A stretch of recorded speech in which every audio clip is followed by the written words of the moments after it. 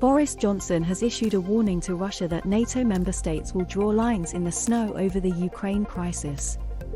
The Prime Minister will fly to Belgium and Poland on Thursday as part of diplomatic efforts in the face of Russia's buildup of thousands of troops on the border with its neighbour.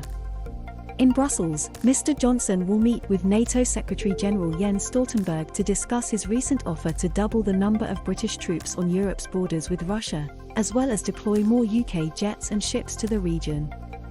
The Prime Minister will then travel on to Warsaw to meet with Polish President Andrzej Duda and Prime Minister Matthaus Morawiecki, while Mr. Johnson will also meet with British troops working as part of a NATO presence in the country. Image: Ukrainian reservists pictured taking part in military exercises on the outskirts of Kiev. Downing Street said the Prime Minister would use Thursday's trip to stress to allies that they must not compromise on NATO's fundamental principles. Advertisement. This includes the protection of countries' sovereignty, the right of every European democracy to aspire to NATO membership, and the alliance's Mutual Defence Pact. Ukraine's plans for future membership of NATO has been cited as one of the key reasons behind the current tensions between Moscow and the West. In his bid to encourage NATO unity in the face of Russia's recent actions, Mr. Johnson this week held talks with Lithuanian Prime Minister Ingrida Simonite in Downing Street.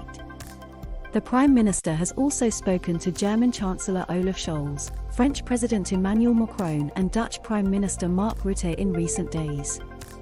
However, some have expressed concern that the Prime Minister's precarious position at Westminster as a result of the Partygate scandal has weakened the UK's ability to respond to the Ukraine crisis. Please use Chrome browser for a more accessible video player. 831 Ukraine, life on the front line.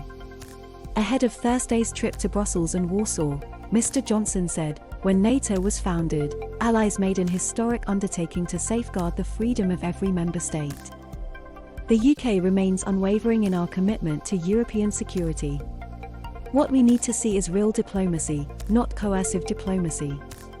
As an alliance, we must draw lines in the snow and be clear there are principles upon which we will not compromise.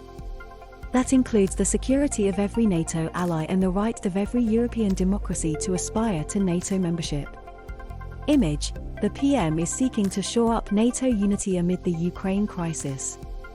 As the Prime Minister attempts to shore up NATO unity, Foreign Secretary Liz Truss flew to Moscow on Wednesday for talks with her Russian counterpart Sergei Lavrov during a two-day trip. On her arrival, Ms. Truss said Russia must immediately withdraw its forces and respect Ukraine's sovereignty or face severe consequences. The Foreign Secretary has warned of tough new sanctions on major Russian companies or those powerful individuals linked to Russian President Vladimir Putin.